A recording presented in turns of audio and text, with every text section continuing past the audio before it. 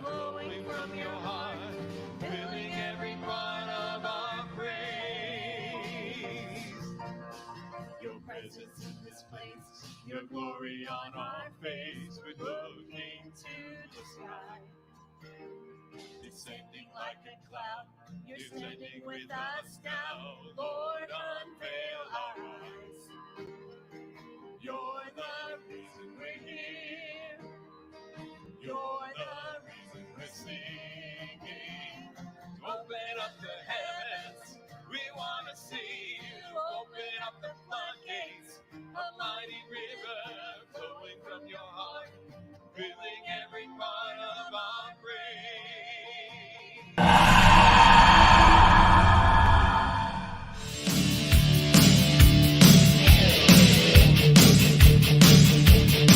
There's a mountain up in the heavens that can never, ever be moved. He's the father of all creation, and he knows you even better than you do. He's the rock, the great I am, the reason why we sing. He's the King of Kings, the master of all things. Hey, it's the attack of the tree. What's going on, folks? Tuesday night, season 4, 4.2. As maybe if you guys are noticing on the Through the Black website, the shows have been coded now. Vic, how you doing over there? Oh man, I'm burned out, Tom. Is this season almost done? Yeah. Hey. Just kidding. I'm great. Good. Now, long as there's no trees falling on you, it looked like you were doing something over there to the side. Like, what's going? So, anyway, hey, what a great show last night. We got a lot of great response from talking about prayer mapping, and if you missed it, I hope you go back and check it out. We wanted to bring that to you guys as a first show, so we could kind of set a foundation as we go forward, okay, and for you guys to take something along this this journey with us, and hopefully it'll be something to improve everybody's prayer life. Absolutely. So we're going to take a little bit of a left turn today off the prayer mapping. Yes. No, we are. But before we do that, I want to share something. I don't know if anybody can see. I'm back. Okay, check this out. I have this hanging up, and I don't know. I got this thing where I just kind of frame random things, and I have extra frames. So this was something that I printed out of a book, and I cut, and I used to hand out at church. Okay. And you can't see it, but I'm going to read it to you. It's right out of the book of E.M. Bounds, The Complete Works on Prayer. It says, persistent praying never quits. Persistent praying never faints or grows weary. It is never discouraged. It never yields to cowardice. It is motivated and sustained by a hope that knows no despair and a faith that will not let go. Persistent praying has patience to wait and strength to continue. It never prepares itself to quit praying, and refuses to rise from its knees until an answer is received. So I'm going to put this right back up here, folks. Mm-hmm. Maybe. Whoa. Uh-oh. It's going to fall. fall. Like the tree. Yeah. So, anyway, in case you missed it, yes, you can download these prayer maps. You can make your own prayer map. I tell people a lot of times, Vic, when I'm talking to them and they're telling me what they're dealing with. And sometimes it's praying for a loved one. Sometimes it's praying about an issue. And I tell them, hey, prayer map it. That's what Russ used to tell me. I would call him up and I would say, hey, this is going on, or I think this is going on. And he said, hey, prayer map it. And I knew exactly what that meant. Just pray all around it. Pray everything about it. Lord, expose it. Lord, show me what's going on. Pray for the people involved. Okay. All those sorts of things. So sometimes, a lot of times, I tell people when I meet them at a conference, they're praying for, a prodigal son, a prodigal daughter, and just, similar things like this. It could be a spouse, it could be anything. So I say, write that person's name on a piece of paper and then begin to write all the things you want to pray for them about. Okay. And then it could be salvation, it could be health, it could be circumstances, it could be, a number of different things. And then, as you're reading God's word, you apply scripture to that. And then, then you're asking the Holy Spirit, Lord, what should I pray? How should I pray as we're reading God's word? And the Spirit of God will give you insight as to, things that you can pray. And I was doing that today. Now, I didn't pull out my prayer map, but I was attempting to prayer map. Sometimes I just kind of try to remember it, you know what I mean? And I feel like I failed miserably at executing a good prayer map this morning, but the intent was there. I was so tired when I woke up this morning, and I was like, my main goal was to stay awake. So sometimes I'll sit down to read the Bible, and then I'll realize, okay, this Bible reading is turning into a going back to bed like nap. I am so tired. So, and I was like, no, I got to stay awake, get up, make coffee. And so here we are. It's that season. 'Tis the season. The reason for the season, I don't know. Vic, help me out here. Well, interestingly, one of the last lengthy conversations I had with Russ was on prayer mapping. I came to him with a question, and he was prayer mapping. So, but seriously, it wound up being so profoundly helpful to me at that time that I ended up incorporating it into one of the appendix in my book on prayer mapping, how to get to the source of sleep paralysis or some sort of demonic attack in your life. And I had a chance even before the book got published where people would catch wind of what I was up to and they would call, and I would literally take a picture of my own journal the night in the hotel room, like after I had talked to Russ. Like I said, this is the actual brainstorming, like notebook page, like this is how you can do it. And people started like texting me back like, oh my gosh, that really worked. And they had these profound breakthroughs. And so it does seem to be a very powerful exercise on many levels.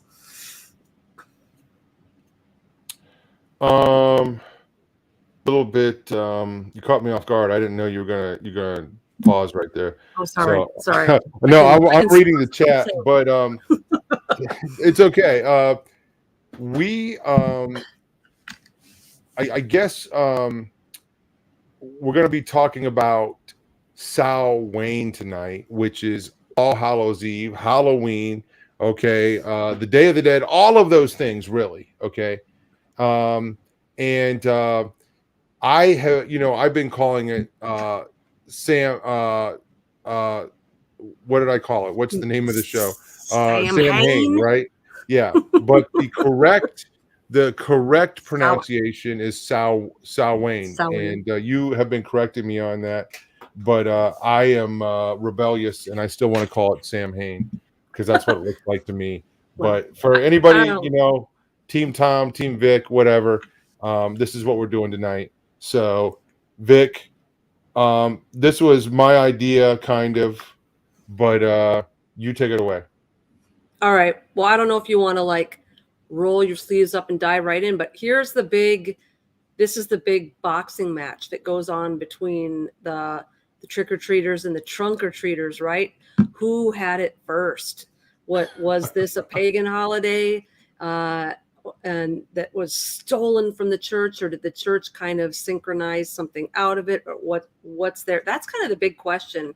Is you've got both sides kind of trying to claim that they were the originators, and unfortunately, all we can really do is pull information out of history and out of the history books and offline. And because of the nature of this type of topic, you're never probably going to really get fully, to the bottom of the truth, because I think if you went all the way back, like a couple thousand years ago with the Druids and the Celts, you're still going to get information online like, oh, they had bonfires and they were afraid of, the demon spirits, and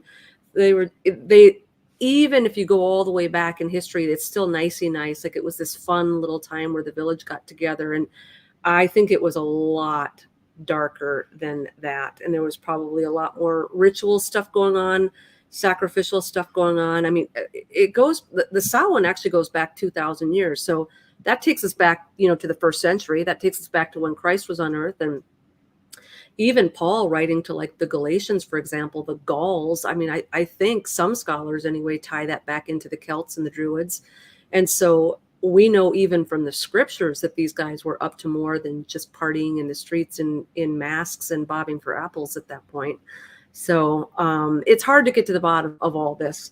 From what I researched, it looked like Samhain probably came first, and the Catholic Church, when Christianity kind of overtook the Irish areas of the world, there was some synchronization going on there. But even at that point, I don't know that the synchronized version was biblical. I think it was more of a Roman Catholic. In fact, the very first synchronization of Samhain was with two Roman festivals, not even biblical festivals. It was Pomona. I remember that one. And her symbol, the symbol of Pomona, was the apple, which is where all this bobbing from apple stuff probably comes from.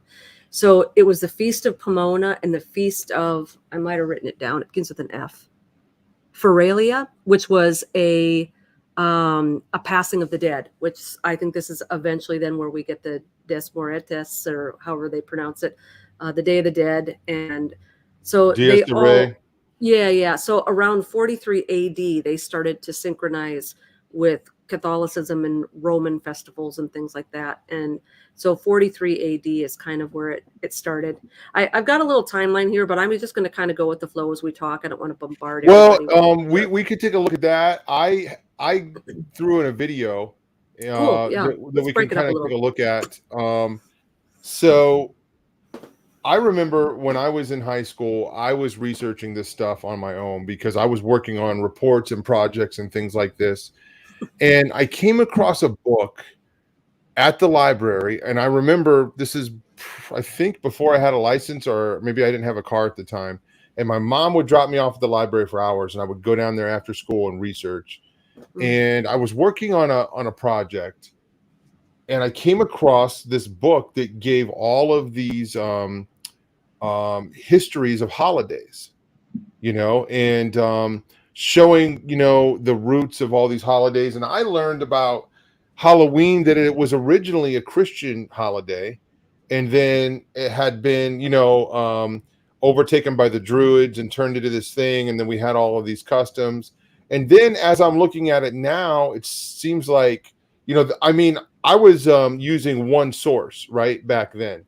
I read a book and I was like, okay, wow. Okay. I didn't hear this before. And they cited, all this information from these places. And I'm looking at it now. It's the way that you kind of just mentioned it. Like, okay, what is the truth here? I agree with you. I believe that it's more darker than probably let on. There is, the kind of Christianization, okay, that we see nowadays happening back then, and it seems difficult to find out exactly what, what's what, as far as, what was the true source of this. And I think that's kind of interesting. But yeah, out of Ireland, Scotland. Why don't we take a look at that video, if Katie can bring it up? It's the History Channel one. I think one of the last ones that I sent over, and we'll take a little look at this right here. Is this the one? Yeah, go ahead and see what we got here. So it is thought that Halloween originated in Celtic Ireland around 2,000 years ago, with the festival known as Samhain. The festival itself celebrated the divide of the two halves of the year, summer and winter, light and dark. During Samhain, the veils between this world and the other world were at their thinnest, allowing spirits to pass through. Families would invite lost loved ones and ancestors into their homes to share in their celebrations. And in order to avoid harm from evil spirits, they would wear costumes and masks to disguise themselves. The Druids built large sacred bonfires in order to honor the dead and to protect the living. Animals were sacrificed and the year's harvest was prepared for both the living and the dead, with the food made for the dead ritually shared between those who were less well off. The Christians believed that Samhain was a pagan holiday, and because of the festival's association with death, the Celtic people and Druids were labeled as devil worshippers. In their attempts to wipe out pagan practices, the Christians succeeded in transforming the festival into All Saints' Day, or more commonly known as All Hallows' Day. The night before, traditionally known as Samhain, became All Okay, go ahead and pause it right there. Oh, So jeez. in this version, okay, and what this guy is sharing here, he's explaining that Christians overtook it. Okay, so this is not actually the video. I don't know if you saw the other video that I sent from the I think it's a History Channel video. It's like the last link that I sent, Katie. But this video is cool because it kind of explains where some of the the traditions come from, like the trick or treat, the carving of the jack-o'-lantern. I remember from high school, from doing that research, that originally it was like they would carve gourds, right? You know, they were a lot smaller, and then they found out pumpkins were a lot more, you know, easier to carve. So anyway, any comments on what we saw so far? Yeah, so I think, you know, it's so easy for us as believers. Every time we hear the word Christian, we assign to that word every single thing we believe. And so by way of Samhain sort of turning into All Saints Day, it was a very long, slow transition. So in 609 AD, Pope Boniface IV declared May 13 All Martyrs' Day. And so even there, we get a little bit of see how we're synchronizing it. It's like, we're not going to worship the dead, but we're going to acknowledge our dead on this day. But the martyrs, the people that died in Christ, it's still an acknowledgement of dead human beings. You know, it's not an Yes. acknowledgement, you know. So it's one of these clever ways, like, well, we're not going to trick or treat, but we're going to trunk or treat in the church parking lot. It's just this way of, we're going to make it our own, but we're really going to be doing the same thing.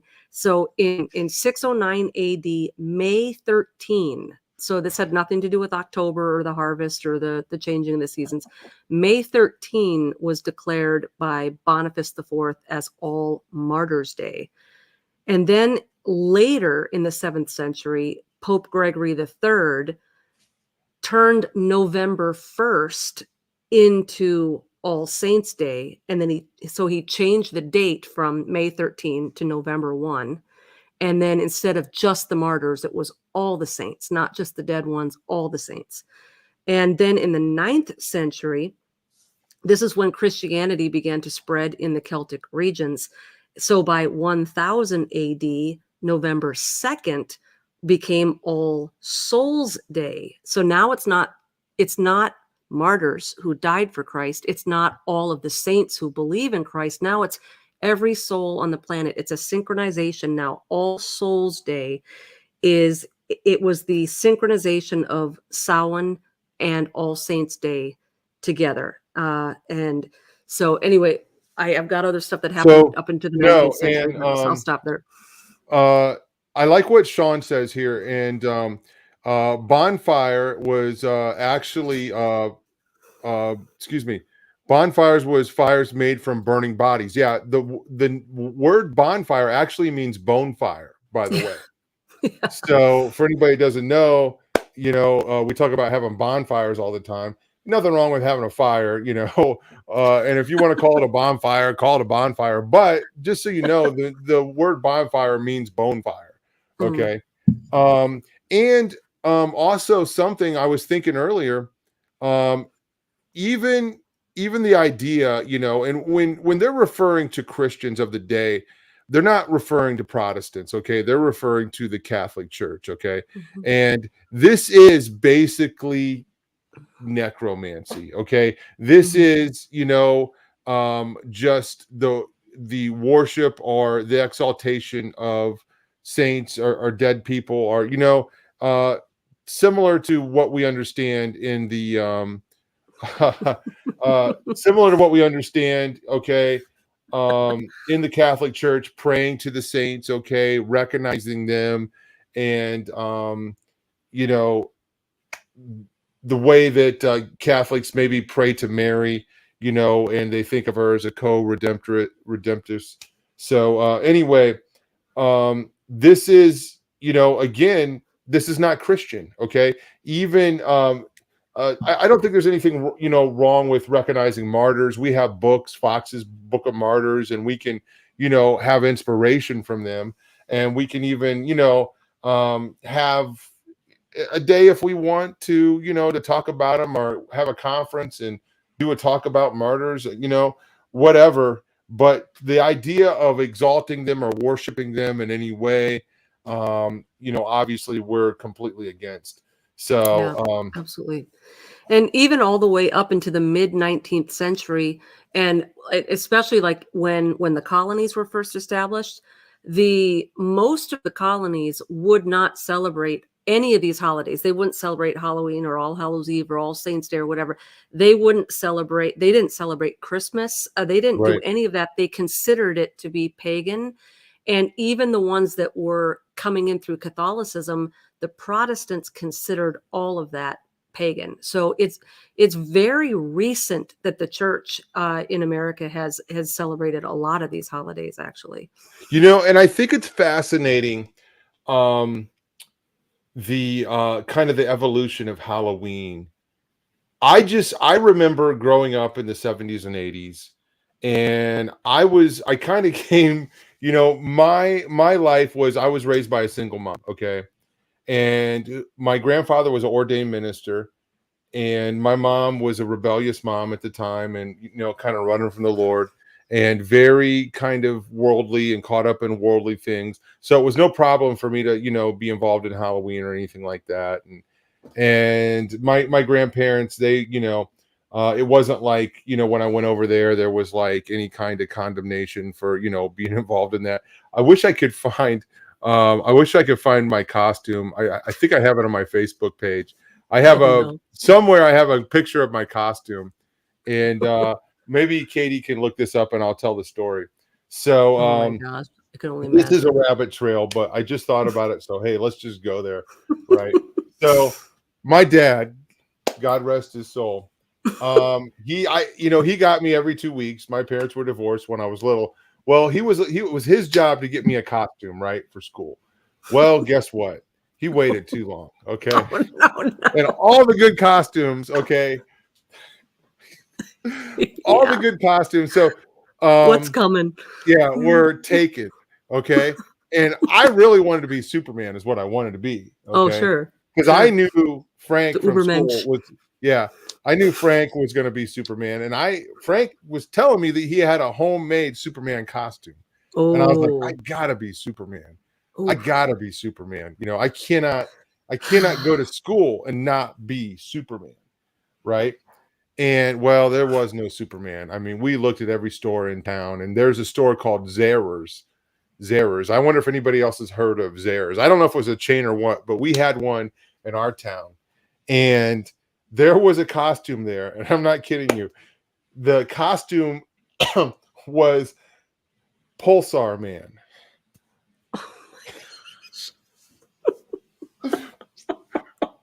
Pulsar Man. He had one of those plastic masks with white hair. That you could not breathe in. I was like, white hair. I'm like, that's like an old man, like white hair, And then he had one of these plastic, suits that you put on, but it was like see-through. You could see all of his like organs and everything. And my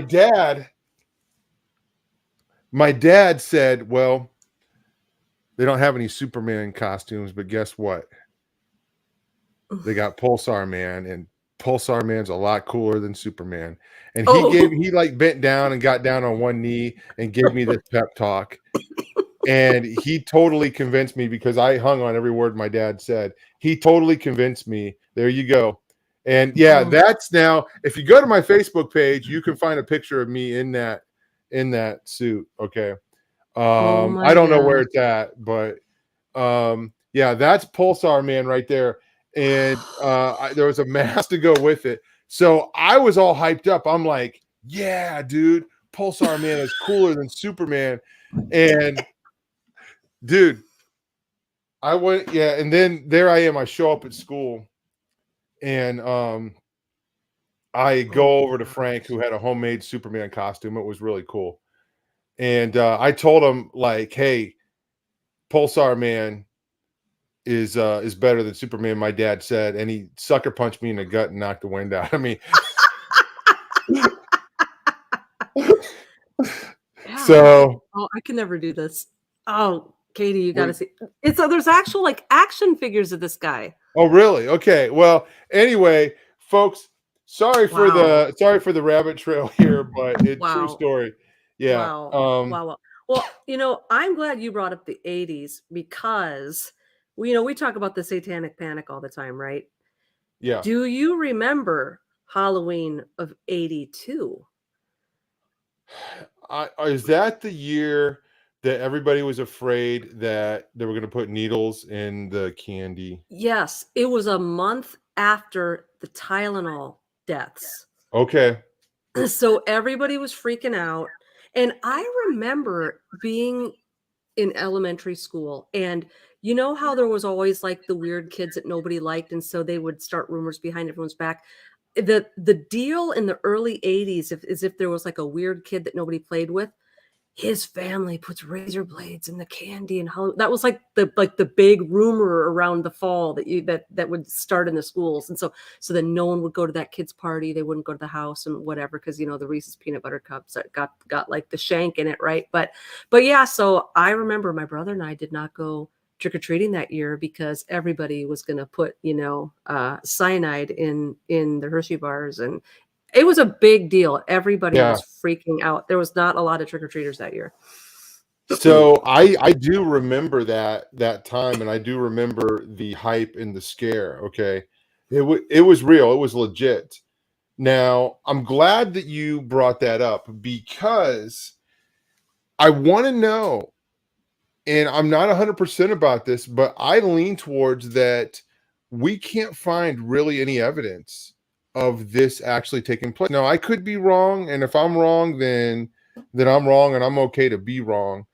But I guess I've seen, kind of articles written on this that it never happened. Now, the problem with that is,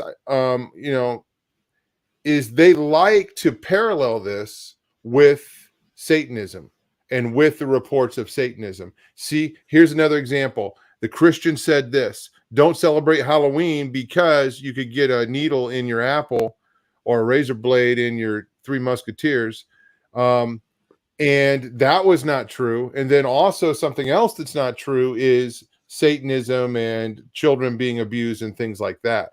So they kind of use that urban legend or myth to try and discredit something that we know is real. Okay. Mm-hmm. So, I don't know if it's real or not. It's very possible that it was born out of some kind of a fear or some kind of a lie or something like that. So yeah, it sounds like one of those things that you tell your kids, like, oh, broccoli, blah, blah, blah. You have all these little things that you tell your kids to trick them into eating the broccoli and whatever. I actually read an article on whether or not that was an urban legend or not about the candy. Mm-hmm. And they listed a few stories that they thought might have been the catalyst for those, but none of them were really authentically someone trying to poison children who are the trick-or-treaters. Like the one, like the big case, the Candyman murder. That's what you remember. The Candyman, he poisoned pixie sticks. He laced the pixie sticks with cyanide or whatever, something potent, but he gave it to his own children and their friends. And the only person that ate them was one of his sons, and he did die. But the whole entire thing was a plot to kill his own children because he had all these life insurance policies. And he went, I think he actually got the death sentence But he doesn't count because he wasn't passing it out to children in the neighborhood, because the whole point was that he had these life insurance policies. So some Huh. people think that rumor was And based on what the year Candyman. was that? Oh, I don't remember. I remember the Candyman. 1974, it looks like. Yeah, 1974. So Okay. I actually don't remember that story, but yeah, interesting. Yeah. So I don't know. I don't know what's real and what's not. There were people that will say, no, that really happened. I know somebody, I know somebody that got their, teeth screwed up or got their gums cut or their mouth, cut. I don't know. I don't know. A lot of those things, when we try to track it down, it seems like we can't find a source. Mhm. So, Yeah. but if you know somebody, hey, that's cool too. I'm not trying to That's say cool. that, that didn't happen. Anyway, you reading the chat? What? No, I'm still trying to get over Pulsar Man. Pulsar. Dude, Oh, Pulsar Man, yeah. oh. My dad had me pretty hyped up that he was legit, and I found out when I got that punch in the gut that suit, yeah, it did not protect me from Frank's fist. Superman proved himself that day. The Ubermensch over body organ guy. Yeah, I'll never forget that. I was like, dude, and it was in broad daylight. I'm like, how you gonna punch me like that, dude? Like it wasn't even provoked, It wasn't even provoked. I just think he thought that suit made him strong, and he just like wanted to, just start punching people, And Yeah. he saw me as a good target, and he didn't go around punching anybody when he wasn't wearing the suit. So anyway, this tangent ties in. I remember this from the 80s. Do you remember when they were trying to ban superhero costumes because kids were getting in their Superman costumes and jumping off the roof and stuff and they could fly? No. I remember my mom reading that article to me and laughing because she thought it was so stupid, but it was in the paper. That's funny. I remember taking my grandma's like dish towel, and after I saw the movie Flash Gordon, because he wore a cape, and I drew like a lightning bolt on the back of the dish towel and wore it around. I thought I was Flash Gordon for like a week or something like that. That's awesome. That's awesome. Right. With your Anton LaVey Thunderbolt shirt. Yeah. I used to jump off the barn roof, so yeah, with I didn't think I could fly, but yeah. Yeah, Flash Gordon needed to find a t-shirt that fit him. That thing was tight. So, well, I don't remember his outfit, but it was pretty bad. Was it? It was pretty I bad. remember things from the movie like Ming the Merciless, and they were having a fight on this platform that tilted all around. Yes. And with the spikes. The spikes. Yeah. So, and I think a guy's eyeball popped out. So, with the superhero related injuries, here we go. I don't make the stuff a case series. 5 cases of serious injuries to children wearing superhero costumes involving extreme risk-taking behavior are presented here. Although children have always displayed behavior seemingly unwise to the adult eye, the advent of a superhero role models can give unrealistic expectations to the child, which may lead to serious injury. When we were growing up, we had Tom and Jerry, we had Wile E. Coyote. You know what I'm saying? And yeah, right. The Three Stooges, gosh. would just knock each other around and just do crazy stuff and hit each other in the head with a hammer. Yeah. And I don't know, we knew better than to do any of that stuff. But nowadays it's like all of these things are considered dangerous. I don't know if children are more impressionable these days or what. I mean, well, I can vouch because I had an older brother who went through an interminable Bruce Lee phase, and everything in the house got turned into some sort of makeshift ninja weapon. I mean, there were Chinese stars and blow darts made out of McDonald's straws, and I was pulling pins out of my butt for years. He like, believe me, man, it was aggressive. Well, yeah, my kids have definitely made all those homemade weapons and things like that, and found ways to make, ninja stars. There used to be a store at the mall where I could go buy a ninja star, but Yeah, Jeff had some. so super Yeah. cool. I had a camouflage 8-pointed star. That thing was sweet. Ooh. So, and a butterfly knife. Yeah, they cracked down on us bringing our butterfly knives to school. Whatever. I remember that. Jeff had one of those too.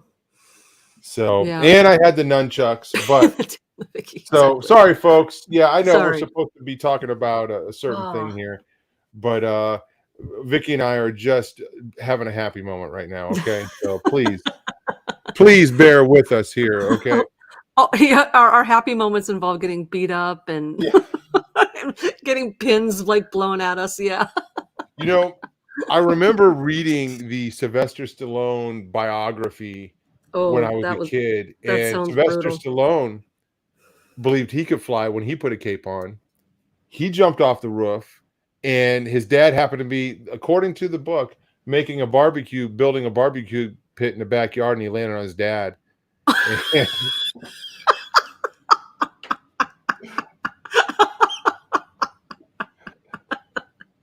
Well, that's unfortunate. Yeah, well, for his dad, but maybe it might have saved Rocky's life. I don't know. Right, right. Oh man, good stuff. So, okay. So here's a good question, and I want to get back to the history. But did anyone here do a Ouija boards or seance or anything occult around Halloween time as children, teens? Personally, I did not. I was warned about that stuff at a very young age, and I didn't even know what it was. I didn't even see an Ouija board till I was like a teenager, but I just had this thought of this very evil thing, in my mind. So what about you? I never did, because I was also warned about it at a very young age. And interestingly, because I mean, my mom was just one of these typical, like, leave it to Beaver kind of moms, like she was not anything. She colored in the lines, And I remember when I was really little, she went over to her parents' house when she was grown, I mean, she had kids and she was married and everything. And Grandpa's basement was awesome because the whole thing was just shelves and shelves of all these like board games and toys and stuff for when my mom and my uncle were kids.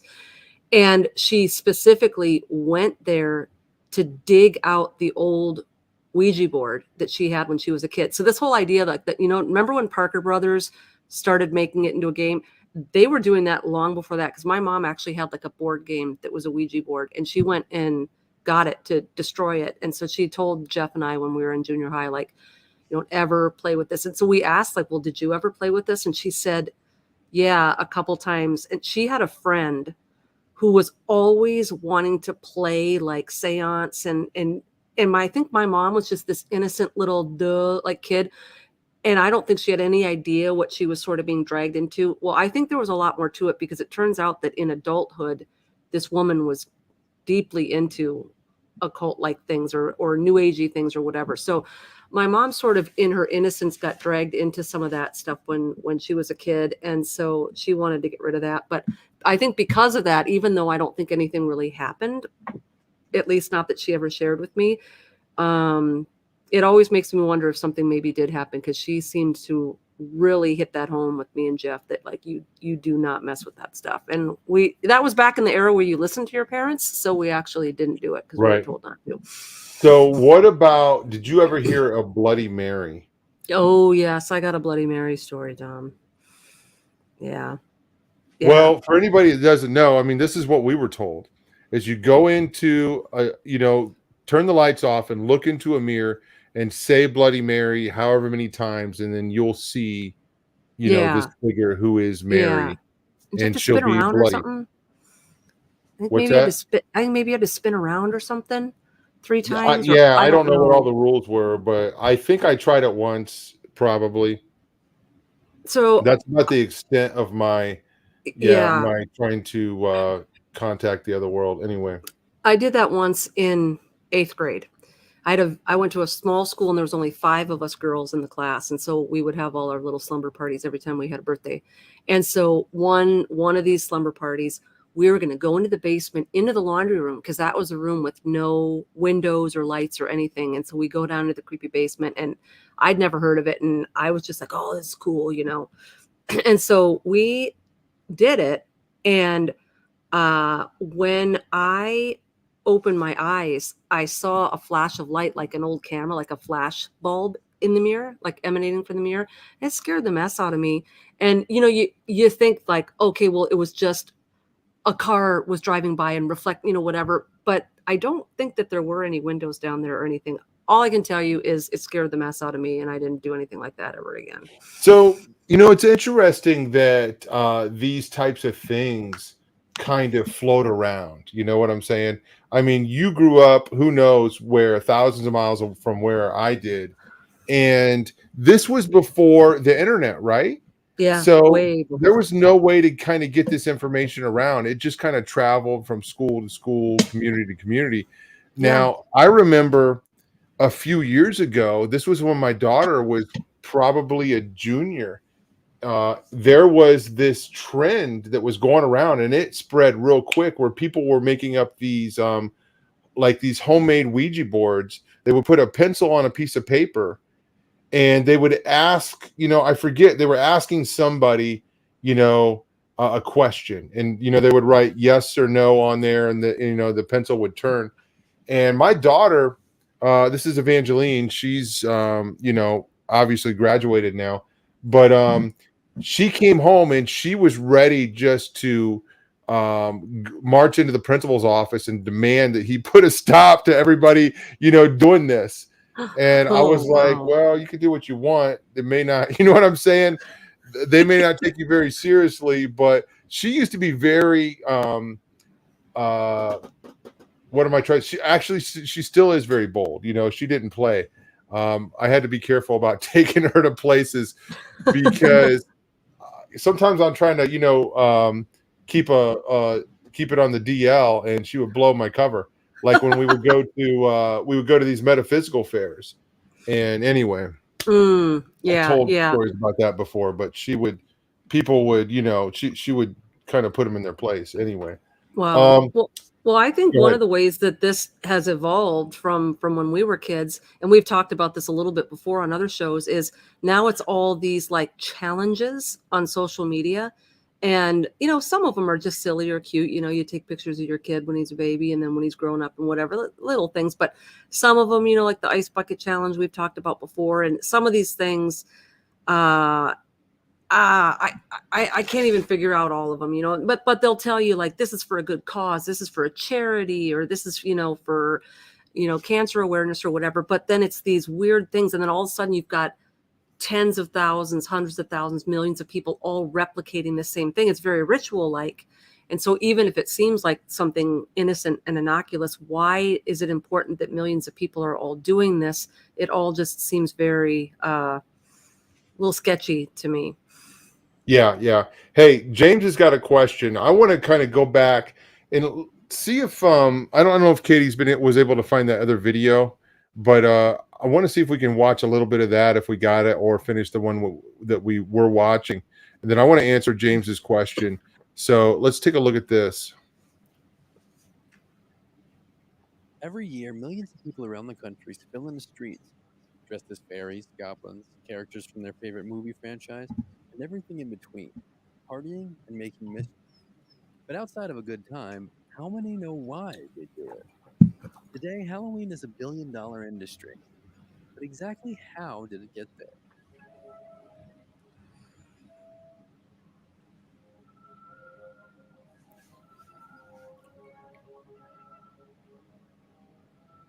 While today Halloween is synonymous with commercialism, it wasn't always that way. The word Halloween comes from the words hallow, meaning holy person, and een, deriving as a contraction of Eve. And All Hallows Eve finds its origins all the way back in the time of the ancient Celtic pagans with the holiday of Samhain, a 3-day fire festival that essentially celebrated death and rebirth. The Celts, who lived in what is now Ireland, Scotland, the UK, and parts of Northern Europe, based their calendar on the wheel of a year, essentially divided into two halves, the light and the dark. When one gave way to the other, this transition was marked by a fire festival. The word Samhain translates into modern Irish to summer's end. Samhain celebrated the dead, and particularly the celebratory feast paid homage to loved ones who had passed away recently, essentially as an invitation for their spirits to rejoin the living. Many of Samhain's original rituals have been lost, but what we do know of their holiday traditions from Celtic folklore and ancient Roman historians is that they were intended to connect them to spirits, including costumes, most likely animal or furs to help them hide from the unfriendly ones, feasting, and making lanterns from hollowed-out gourds, seemingly the birth of the modern pumpkin jack-o'-lantern. Sacrifices, generally of crops or animals, were made during this time as an offering to the spirits. It was popular for tricks or pranks to be played by humans and blamed on mischievous spirits.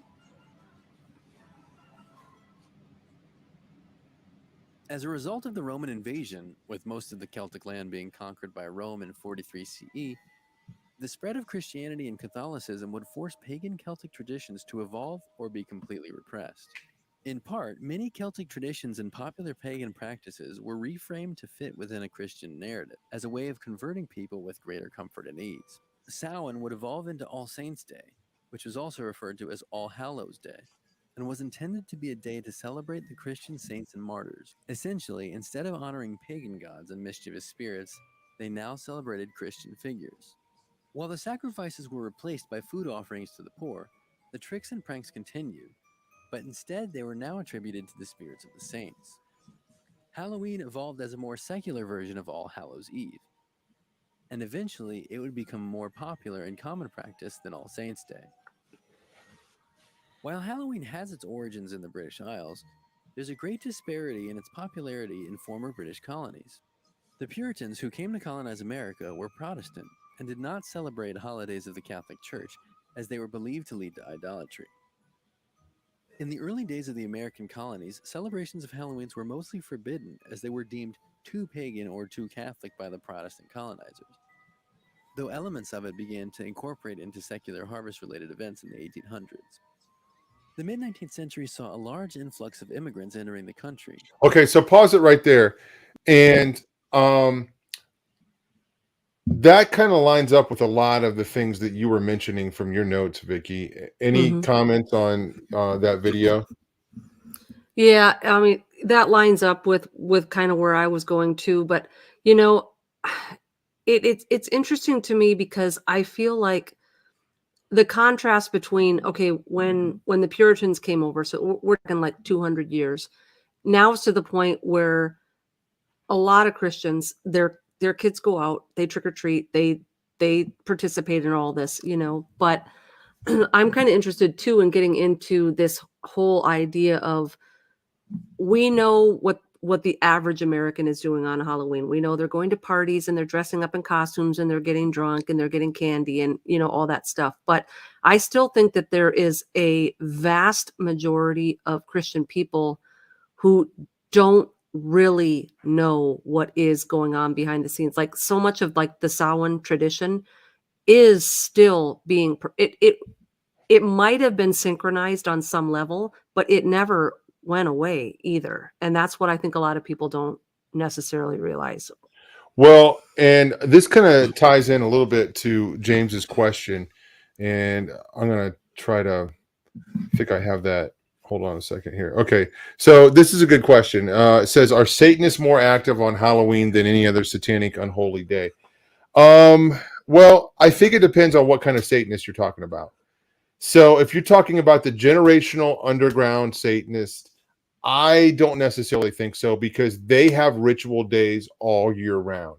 They take their belief very seriously, and sure, they will use that day, okay, and they, you know, in their religion, okay, it goes back, you know, to those beliefs. I think the answer is yes and no, just because they're the ones that are really doing rituals all year round.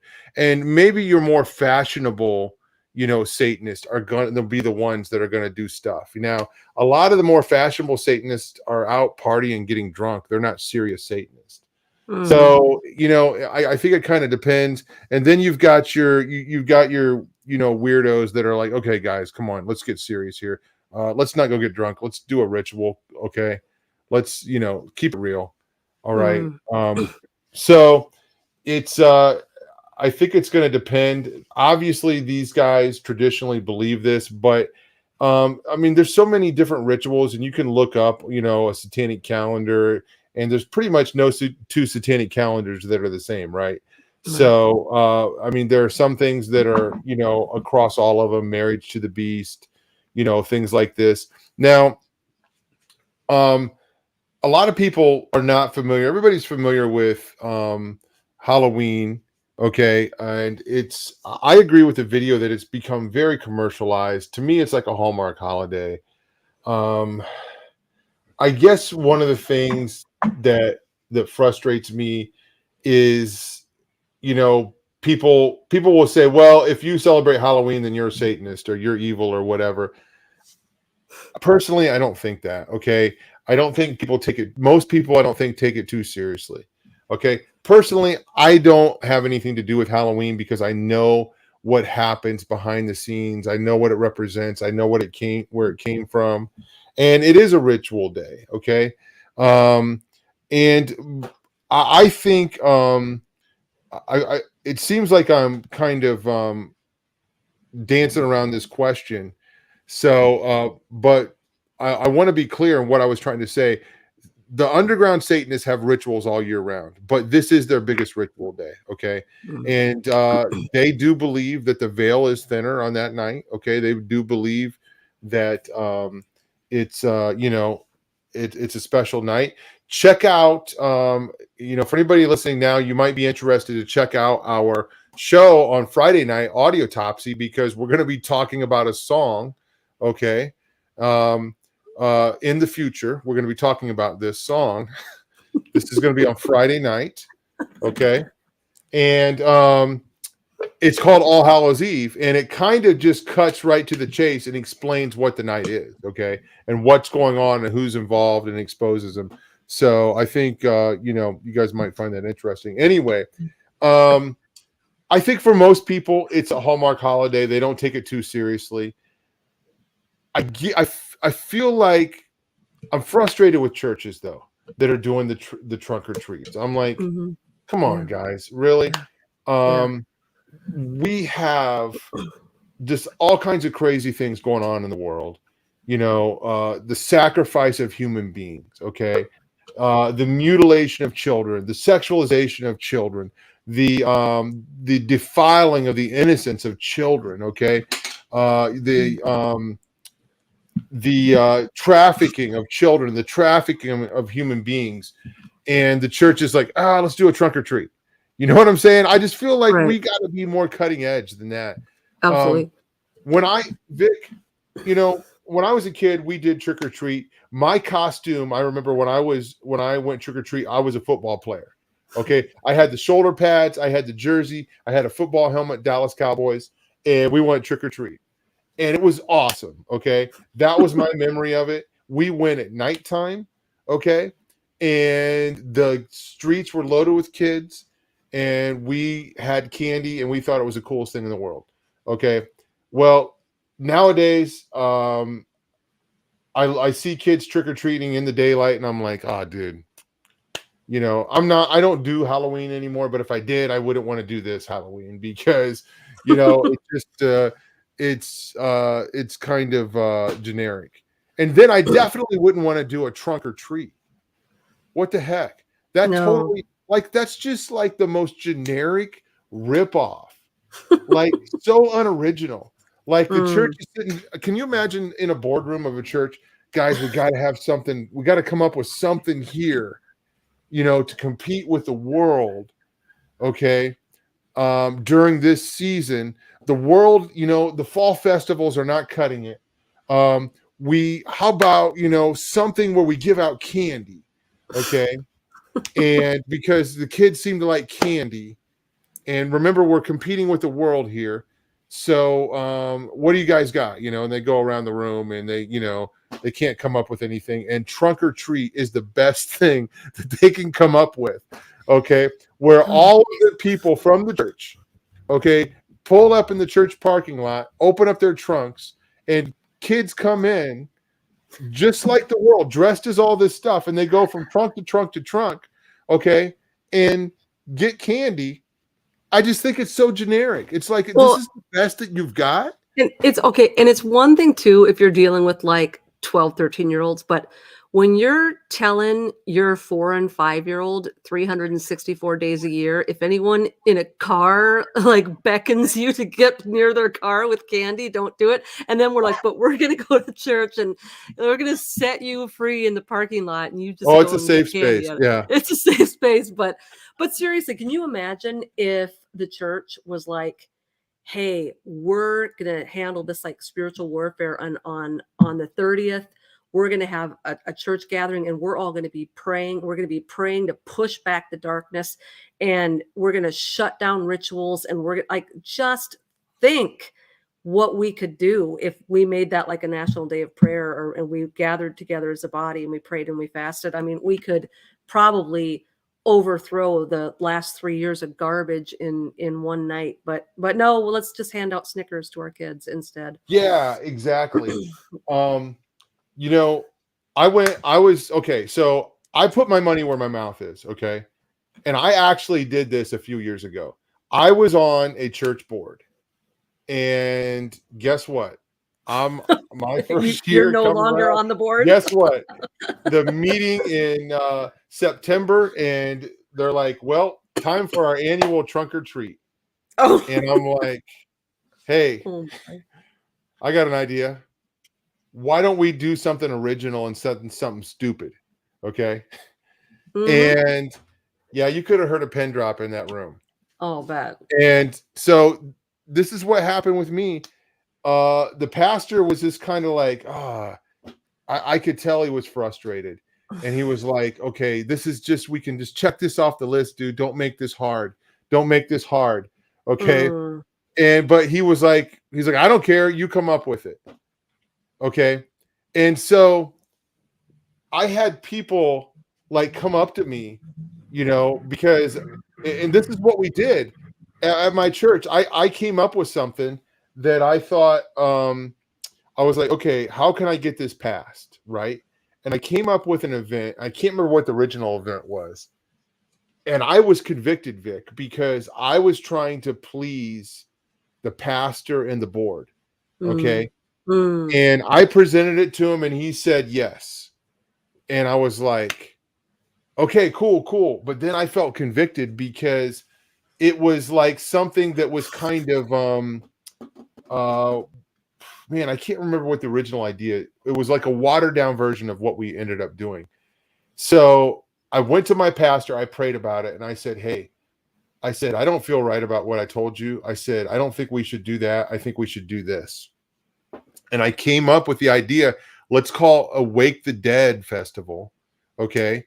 And let's bring in, people, and let's have a revival meeting. Let's invite the pastor down the road. You speak. Let's invite this person and that person. And hey, my friend Russ Disdar could come and speak. Wow.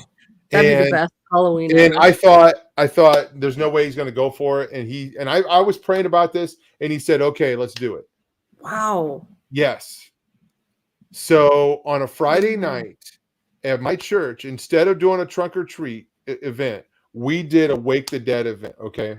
Wow. And it was to bring focus on trafficking, on, all of this stuff, and exposing, evil and that sort of thing. And I told this story before, but Russ came over to me and he was like, okay, man. He's like, this is your church. What do you want me to do? And I was like, okay, Russ. I was like, just, back off a little bit. Okay. Don't go up there and just give them everything. Okay. Just go easy. Yeah. Go easy. So, Russ went up there, and as if we never had that conversation. Of course. He just unleashed all the blood and guts, right? And I'm sitting in the back, and in my peripheral vision is my pastor. And I'm looking at Russ up front, and I see my pastor over to the side, and I'm like, oh, dude. Oh, man, this is crazy. This is so crazy. So I'm was watching Russ just unload everything, all of the stories, all of the stuff. And people, we had been, promoting this, and people came from all over, This was through the Black Days, I'm pretty sure. But I had been promoting on my Facebook, and Russ had been talking about it, and he came down, and I saw my pastor out of the corner of my eye. I'm like, oh, dude, this is not going to be, time for another Frankie sucker punch. Yeah. So, anyway, the event went off. I got so many compliments and so many thank yous from the people of the church that came out. Wow. And they were like, we've never had an event like that in this church before. That was amazing. Thank you so much. Thank you so much. There were some people that got mad because they'd already bought candy for the trunk or treat and they didn't know what to do with it. But not my fault. We never announced we were doing a trunk or treat, but I got blamed for it, right? You could have taken the candy off their hands. Yeah. I could have taken the candy. Anyway, the next board meeting, it was as if that thing didn't even happen. It wasn't even brought up. What?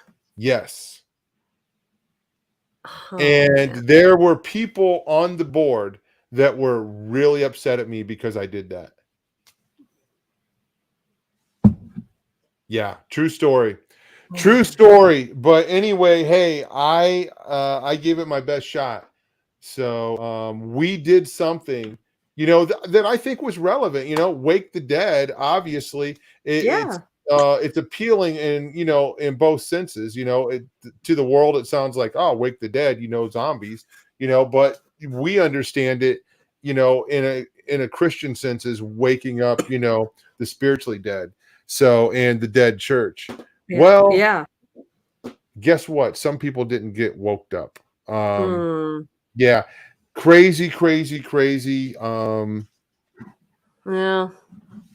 That's right. Yeah, anyway, folks, I think trunk or treat is generic, and I was actually visiting a church recently, and I'm so bummed out they're doing this. I'm like, come on. To me, this is just so uncreative, But let's play that video a little bit more and take a look at a little bit more of the history here. Flux of immigrants entering the country, especially Irish immigrants who were greatly impacted by the potato famine. With these people came Halloween customs, out of which one of America's favorite holidays was formed. In keeping with the mischief, children would dress in costumes and be given money or fruit for artistic offerings like poetry, songs, or even jokes, instead of prayers. By the late 19th century, children were playing seemingly innocuous pranks on their small local communities. Adults would soon find incentive to dissuade children from playing pranks. Enter trick-or-treating. The 20th century would finally see the commercialization of Halloween. By the 1920s and 30s, Halloween merchandise evolved to pre-made costumes for both children and adults. After World War II in the 1950s, the economic boom had candy manufacturers getting on the Halloween bandwagon. Movies and TV are also largely responsible for the proliferation of Halloween as a mass market holiday. Cinemas in the 50s offered scary movie festivals. And in the 60s, the new television industry began running Halloween specials during Halloween season. By 2015, the National Retail Federation predicted spending on Halloween could reach $6.9 billion. Whether you believe that we've lost the meaning or not, Halloween has since evolved far beyond the days of pagan fire festivals. For more than a month out of the year, costume stores show up out of nowhere. Candy corn and Halloween-themed candies dominate whole aisles of grocery stores, and spooky shows and movies build out entire TV station schedules. Whether you like it or not, whether you want to dress up as a gruesome goblin or a sexy cat, or ignore the holiday altogether, Halloween has stood the test of time and proven itself as a holiday that's here to stay. Okay, and that's enough of that. But I just wanted just to kind of, go over a history of where it was, how it evolved. Hmm. You know, in Ireland, I was in Ireland probably about 10 years ago for St. Patrick's Day. And in America, St. Patrick's Day is a beer drinking day. Okay. They don't have a clue about the truth of, who St. Patrick was. And he was a missionary to Ireland. And just what a legacy, that he had. And they, over in Ireland, they never even had, until probably the last 20 years or so, St. Patrick's Day parade. But they realized it was going to be good for tourism, so they started having these humongous St. Patrick's Day parades. And I was at the one in Downpatrick, I think. It was kind of cool. I got to go on a march from the land where St. Patrick, they believed he founded the first church, and we walked to St. Patrick's grave. Okay. And it was really focused on prayer. I was really surprised that the speaker that they had was very evangelical, very good in understanding and teaching of prayer and leading in prayer. So I mean, it was a real good event. It was kind of cool. I remember just kind of walking around in Ireland, and this precious little lady was passing out tracts, and she was witnessing to people, and I stopped and talked to her for a minute, and I said, "Hey, I think what you're doing is cool. I'm a Christian too." And she grabbed my arm. She said, "Are you born again?" And I assured her, I said, "Yes, I am born again."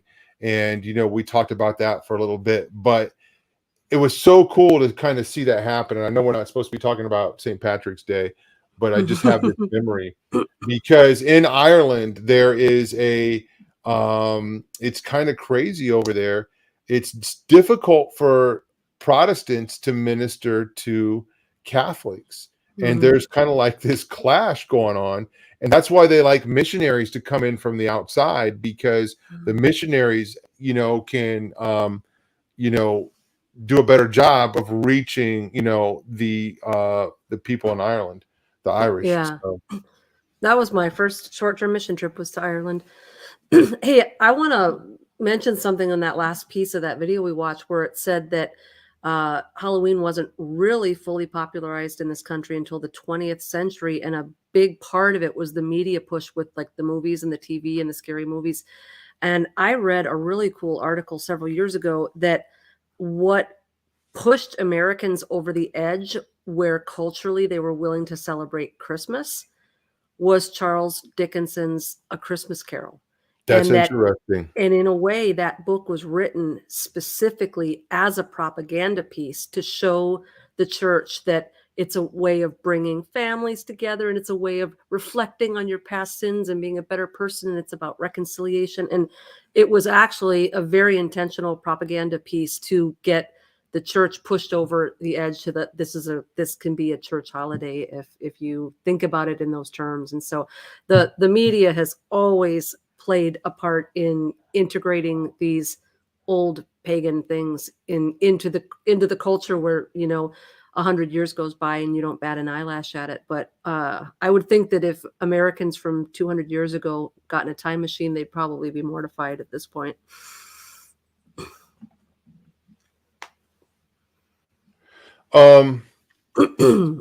So, okay, hold on here. I'm doing like three things at once, and I'm trying to figure out what I'm doing here. I was going to comment on something you said, then I saw a question, and then my brain just went. So yeah, the commercialization, obviously, when you look at holidays like Christmas, Halloween, Valentine's Day, they try to make a holiday out of anything, and it's about money, I think, more than anything. But they can also, it's kind of crazy how dark Halloween has gotten. You know what I'm saying?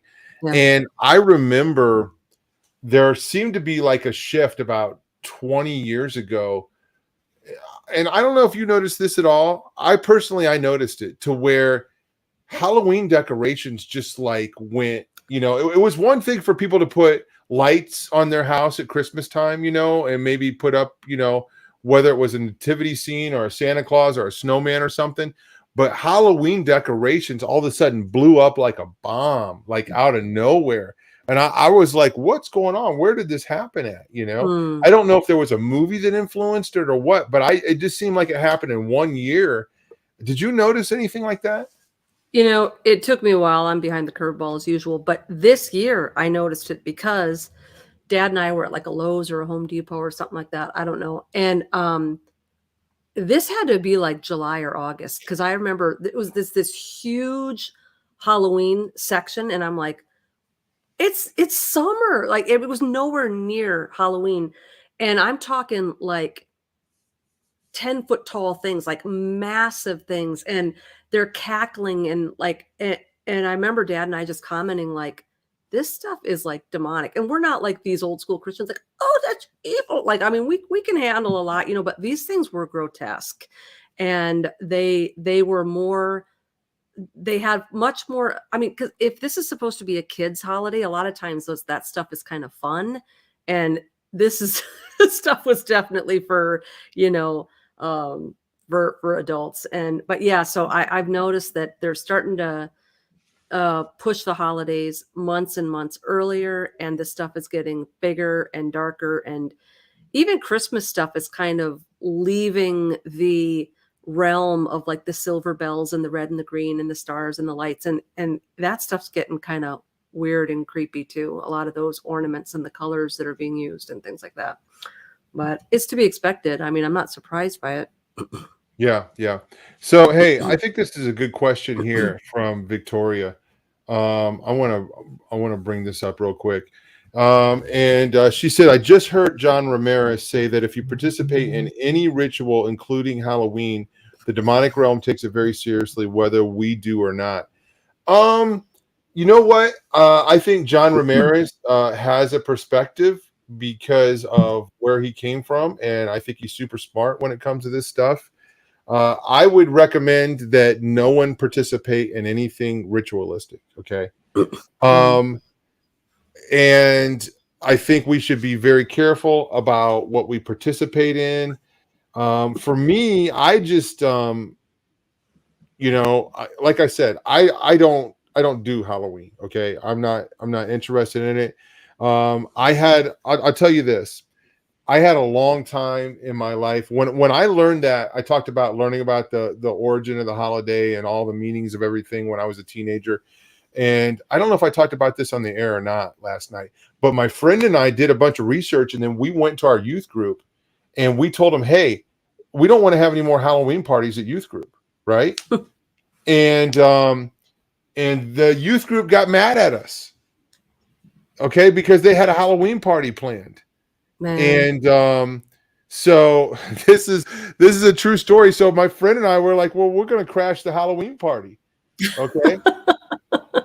And they had, this is a true story. So I don't know, you could think I'm a jerk or whatever, but they actually had bobbing for apples. And I went down to bob for an apple, and I stuck my whole head in the water, and I came up and like shook my head like all over everybody and got everybody wet.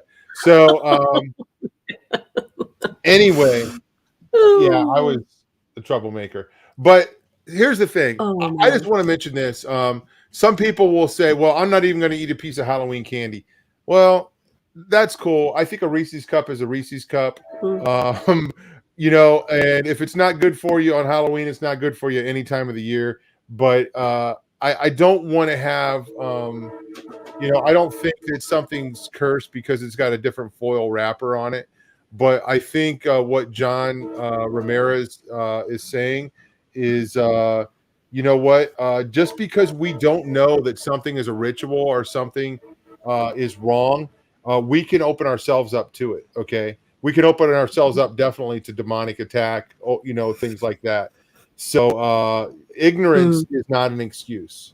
No, I think the first, well, it might not have been the first, but one of the greatest examples in scripture of uh, believers synchronizing a festival with the world is the golden calf. You know, Moses went off for a while and they were celebrating Yahweh. Like, I mean, Aaron presented that golden calf as this is the God that brought us out of Egypt.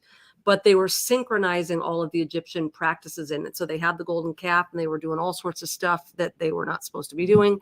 And it was a synchronization. It was, we're going to worship our God, but we're going to fold in all of these rituals that we did in Egypt and kind of have the best of both worlds. And I mean, all over in the Old Testament, God told his people over and over and over again, do not worship as the pagans do.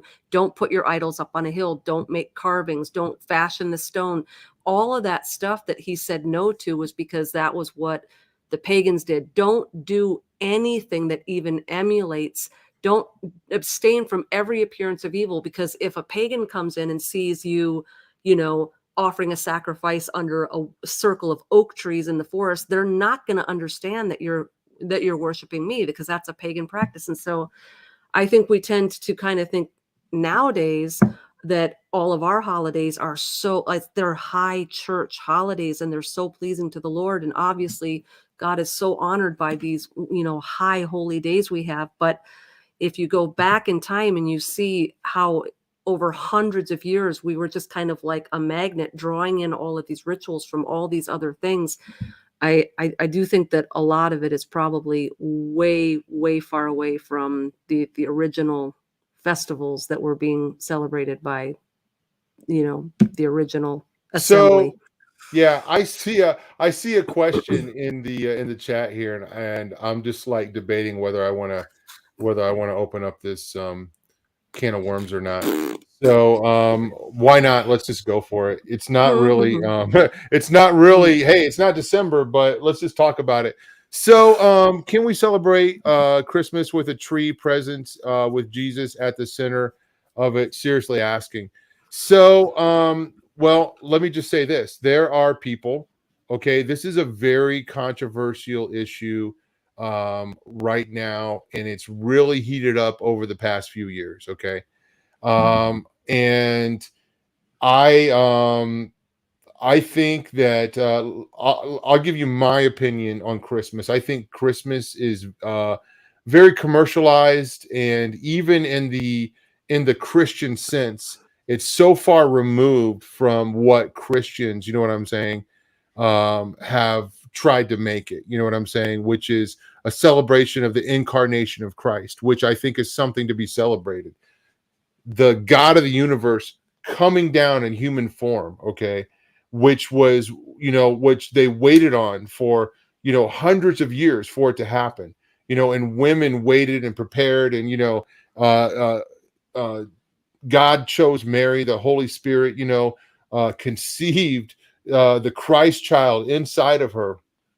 And it probably did not happen in December. It probably happened, the birth was probably more like September.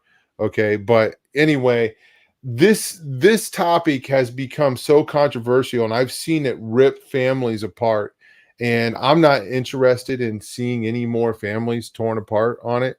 I think that when that happens, that's a real bad thing. Okay. So but I would encourage people to pray about it.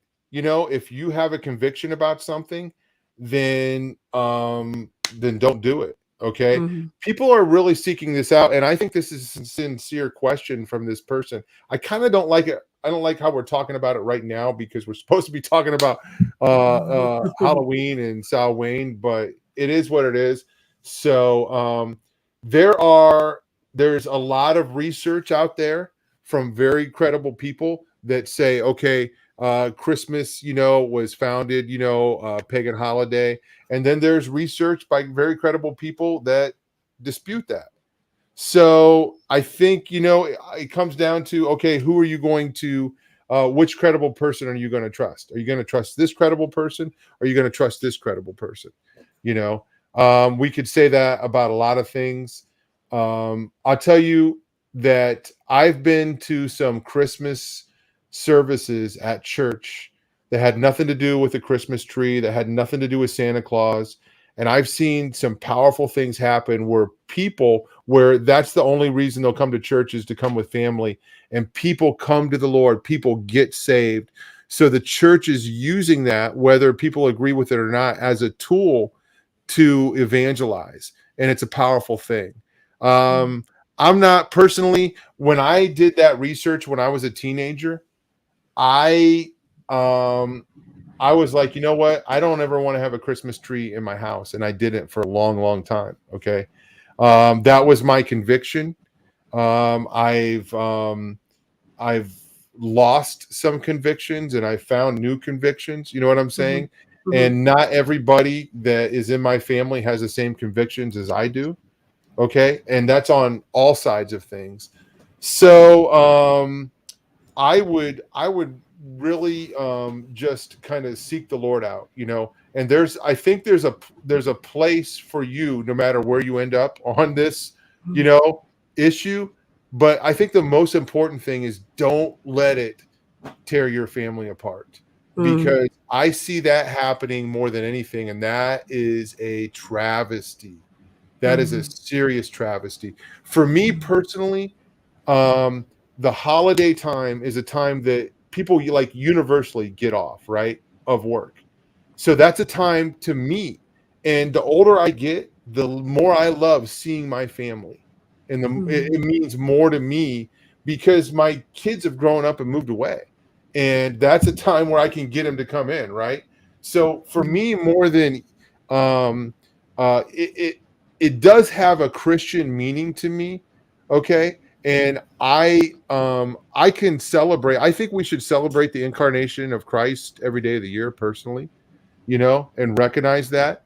Yeah, and as I'm saying that, that's exactly what that was posted by Jim. Let's celebrate Jesus every day and focus on the Great Commission. So anyway, I think we should celebrate the incarnation of Christ, the death and the resurrection of Jesus every day of the year. So I don't know if I've answered that. I'm not necessarily trying to. I really don't. To me, it doesn't. It's not that big of a deal, honestly. I don't think that much about it. I don't have convictions one way or another. So I don't know, Vicky. You might feel totally different. I'm just sharing my opinion. And the cool thing about this show is we're allowed to, have different opinions, and we're even allowed to make mistakes. Hence, Kenny C. Okay, and what happened with him. So You're fired. He's been yeah, fired. yeah. By the way, in the future, Kenny C will be fired. No, anyway, Vic. I don't know. I don't know. What your take is on this. So I'm curious. Yeah, well, I totally agree with you about it breaking up the family, that kind of stuff. That's not worth it. But I think, I'm in this unusual place. I've got one of these really unusual lives where I can kind of do whatever I want because I don't have a lot of attachments. So there's not a whole bunch of people that are going to be disappointed or frustrated or angry. Like, I don't have a husband and kids. I don't have to worry about kids who are crying and they feel like idiots and they're embarrassed because their friends are saying, why don't you celebrate Christmas? Like, I don't have any of that sort of stuff to deal with. So when I make a decision to do or not do something, there's no fallout really. And, my dad and I are usually on track with each other. And we have a really supportive Christian extended families, even when dad and I go way off the rails, which we always do. And I think half of them think we're nuts. There's a genuine love there. So they're not the types to like cut us off. And if we're invited over for Christmas or Easter dinner, we show up because they're our family and we love them and, whatever. But I personally, I haven't celebrated it for like 10 years. And what dad and I do is we do set aside a day in September and we have like a fancier than usual dinner, and I'll set the table with like the fanciest dishes we have, and I'll get candles, and we spend the night, just worshiping. We do celebrate his coming to earth and his birth, and we just pray prayers of gratitude, and I might grab the guitar or something. So we do acknowledge it as a family unit, as the two of us. But there's plenty of stuff out there. There are documentaries galore if you want to go into into all of the origins and of what December 25 is and why that date was picked and what it meant in history. But I totally agree with Tom. I think that it's up to each individual as the Holy Spirit convicts them. For me, I got to a point where I had got enough information where I was extremely convicted, and I couldn't, sometimes there's a point where too much and it's ruined and you can't go back. You know what I mean? Like when you're a kid, if you believe in Santa Claus as a kid and then you find out it's not real, you can't keep pretending the rest of your life that it's like it's ruined at that point. And so there was a point for me where I had too much information and I was too accountable to that information. And so for me, I was like, I don't want to have anything to do with this anymore. But I still go to Christmas dinner at my aunt's house, and we're not sticking the muds, and we don't go there and talk about Christmas. And, we go there and we love on them and we eat all their food and we hug each other at the end of the night and we're all friends. So, I had a time in my life where I didn't celebrate Thanksgiving. And Really? it was probably took place, I don't know, it's like 5 to 7 years. Huh. And I was just like, you know what? I think it's kind of goofy that we set aside one day to give thanks when we should be giving thanks every day. And I Right. just boycotted it. I just boycotted it because and my family was upset. They were mad at me, and I was like, we're not doing it anymore. It's ridiculous. And everybody's upset. We're not getting to this person's, house on time, or that person. And we, everybody wants us to eat with them, and I felt like it was so much hypocrisy, and, and I really felt like there's hypocrisy in the holiday for historically what's happened and what we've done to natives. Okay. Because it's a breaking of bread, with the natives, is how it started. And we have totally just broke every peace treaty, and we have just, ravaged this people group. And I was like, but, and I had my reasons, and I was trying to, prove my point or whatever, or make my point. But as I look back on it, I wish that I wouldn't have done that, because I missed out on a lot of meals with family. And, I have the family's gone now, and I can't get that time back. Yeah. So, anyway, I wish people were as upset about human trafficking, about satanic ritual abuse, as they are at some people celebrating Christmas. Yeah. Or some people not. Agreed. Just on the other side, the people are the same way. What? You don't have a tree? You don't celebrate? And I wish people, just like, maybe people would be upset with you, Vicky. I wish people were as upset about these things: abortion, okay, babies being murdered, children being mutilated, okay. And I think the response of the church is embarrassing when it comes to this stuff. So, and the response, it's like, really? How about we conquer, we deal with human trafficking and abortion, and then we'll come back and figure out what's going on with Christmas.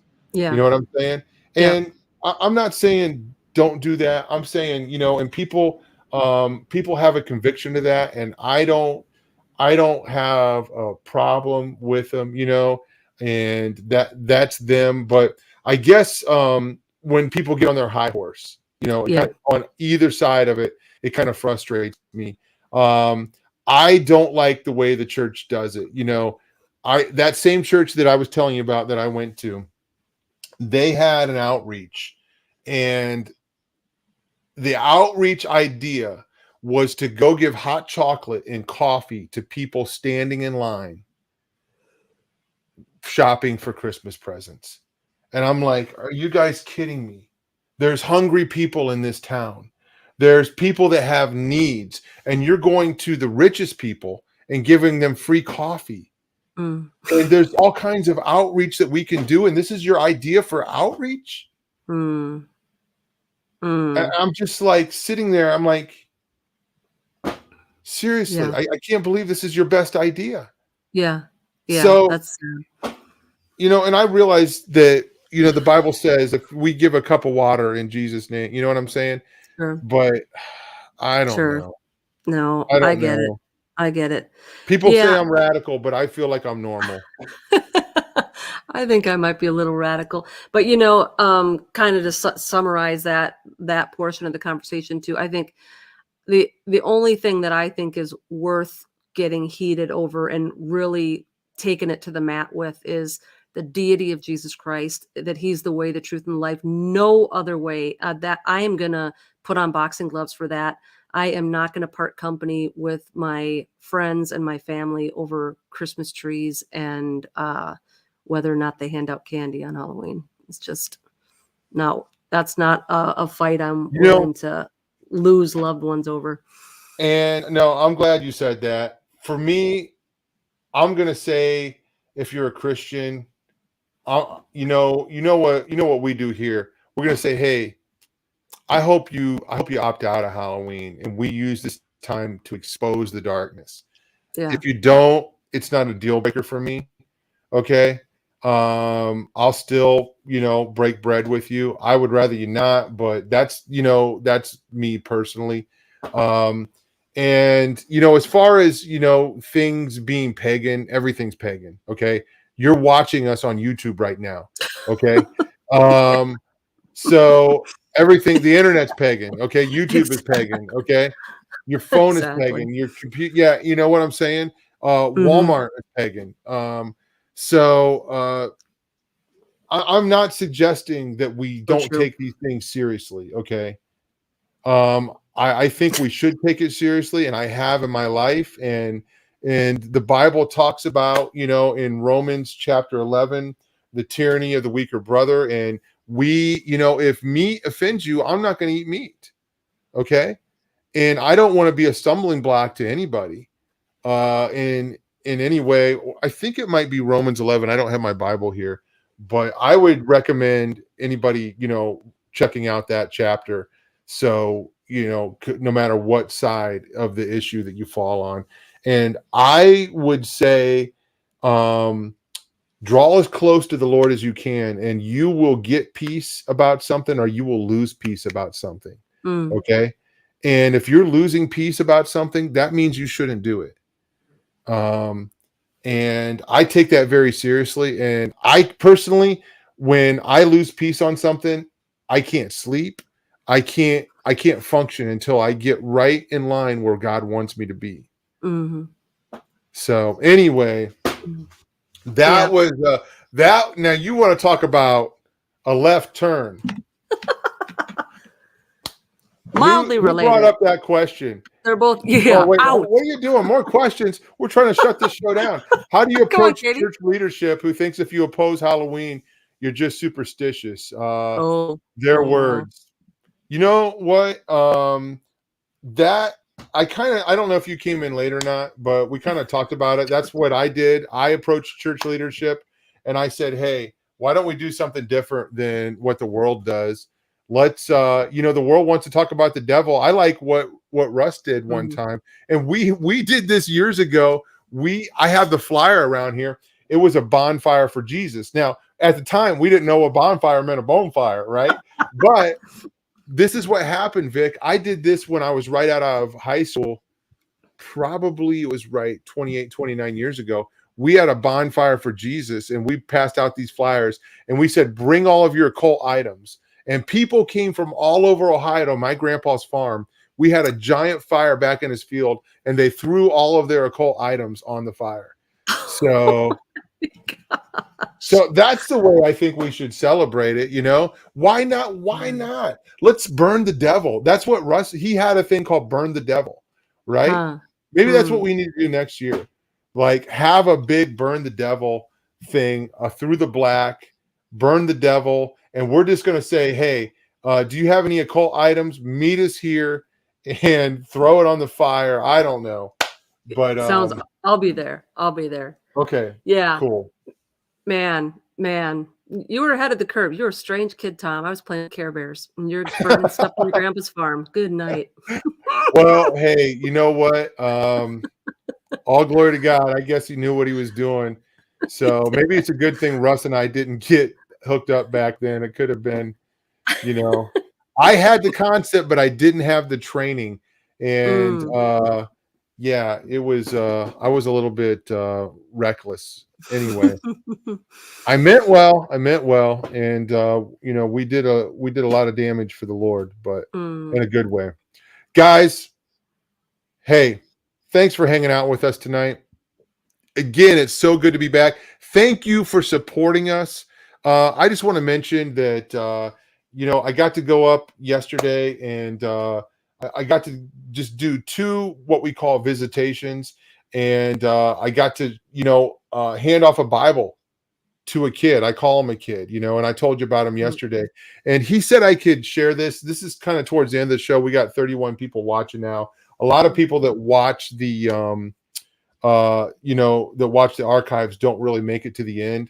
But for the 32 friends that are here now, I just want to say a prayer for Dakota. I asked him if I could mention his name, and if you guys could say a prayer for him. He's going through a rough time right now, and he is he's just a babe in Christ, and something miraculous happened to him a few weeks ago, and God has really dealt with him. And I prayed with him the other day. He surrendered everything to the Lord. He broke strongholds, and he renounced Satan, and he renounced the darkness. And I gave him a Bible yesterday. It's because of your guys' support that I was able to do that. And he sent me a text today. He said, "Thank you for this Bible. I love it. It's so good, and I can understand it so well." But maybe Dakota one day will come on and give his testimony. I think it's pretty incredible what God has done. And if you've seen the movie This Is a War, his friend Matt Mraz is in that movie. Okay. And so Matt is one of the people that's been ministering to Dakota. But guys, yeah, I just asked, just mention Dakota, mention us in your prayers, Vicky and I, and Colleen and Pastor Sean and Katie. The enemy does not like what we're doing, and he wants to stop what we're doing any way that he can.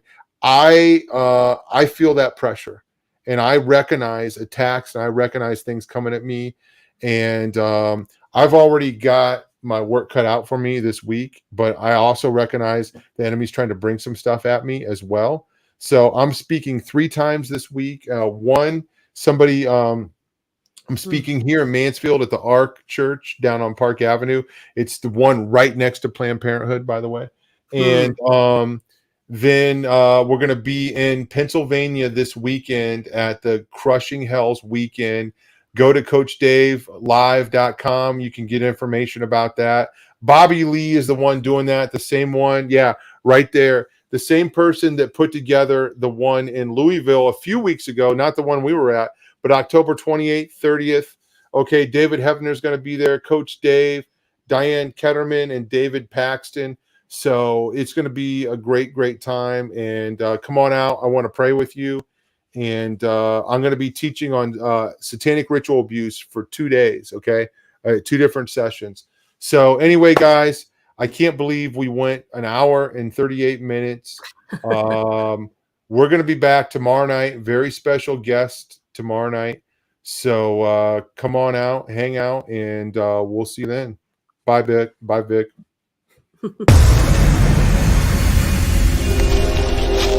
Hey, friends. How are you doing today? Tom Dunn here, and I want to ask you to save a date. The weekend of April 1st and 2nd, 2023, Through the Black is doing our very first conference. It's called Out of the Darkness Spiritual Warfare Conference, and we want to make it the biggest spiritual warfare conference that's ever been done, and we want to let you guys know way ahead of time, about 6 months out, about this. We're going to be releasing more information about it in the weeks and months. The early registration is the week of November 20th, 21st, something like that. So keep an eye out for that, and we would love to see you in Ohio, in the Dayton, Ohio area, April 1st and 2nd, 2023 for the Out of the Darkness Conference.